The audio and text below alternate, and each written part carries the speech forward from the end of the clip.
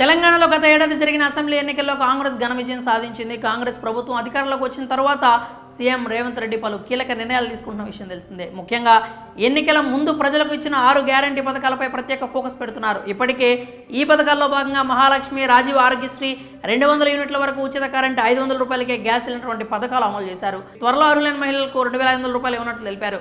తాజాగా తెలంగాణ సర్కార్ మరో అడుగు ముందుకు వేసి అత్యుత్తమ విధానాన్ని అమల్లోకి తీసుకురావాలని సంకల్పించింది. వివరాల్లోకి వెళ్తే తెలంగాణ ప్రభుత్వం ఒక రాష్ట్రం ఒకే గుర్తింపు కార్డు జారీకి ఏర్పాట్లు చేయనుంది.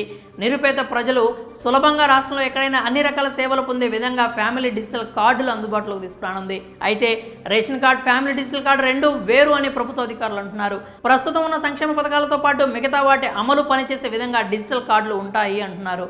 రేషన్ కార్డు తరహాలో ఫ్యామిలీ డిజిటల్ కార్డులు ఇవ్వనున్నారు. ప్రతి కుటుంబానికి ఒక గుర్తింపు నంబర్ ఉంటుంది. ఆ కుటుంబంలోని సభ్యుల వ్యక్తిగత నంబర్లు కూడా ఉంటాయి. కుటుంబ వివరాలు అన్ని జాగ్రత్తగా సేకరించాలని రేవంత్ సర్కార్ నిర్ణయం తీసుకున్నట్లు సమాచారం.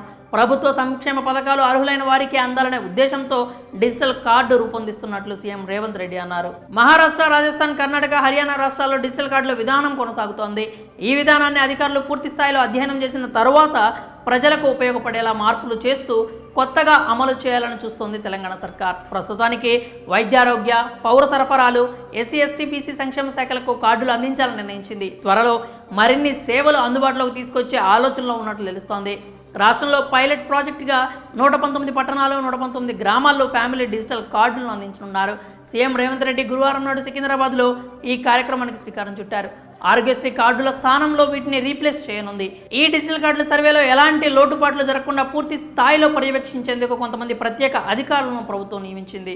రేషన్ కార్డు అనేది సంబంధిత రాష్ట్ర ప్రభుత్వాలు జారీ చేసే కార్డు. ఈ రేషన్ కార్డు బ్యాంకు ఖాతా, schools, college, voter ID, SIM కార్డులు, పాస్పోర్ట్లు, డ్రైవింగ్ లైసెన్స్ పొందడానికి ఉపయోగపడుతుంది. నిరుపేదలకు రేషన్ కార్డు బలమైన గుర్తింపు పత్రం అనొచ్చు. తెలంగాణలో కాంగ్రెస్ ప్రభుత్వం అధికారంలోకి వచ్చిన తర్వాత అర్హులైన నిరుపేదలకు ప్రతి ఒక్కరికి కొత్త రేషన్ కార్డు ఇస్తామని ప్రకటించారు.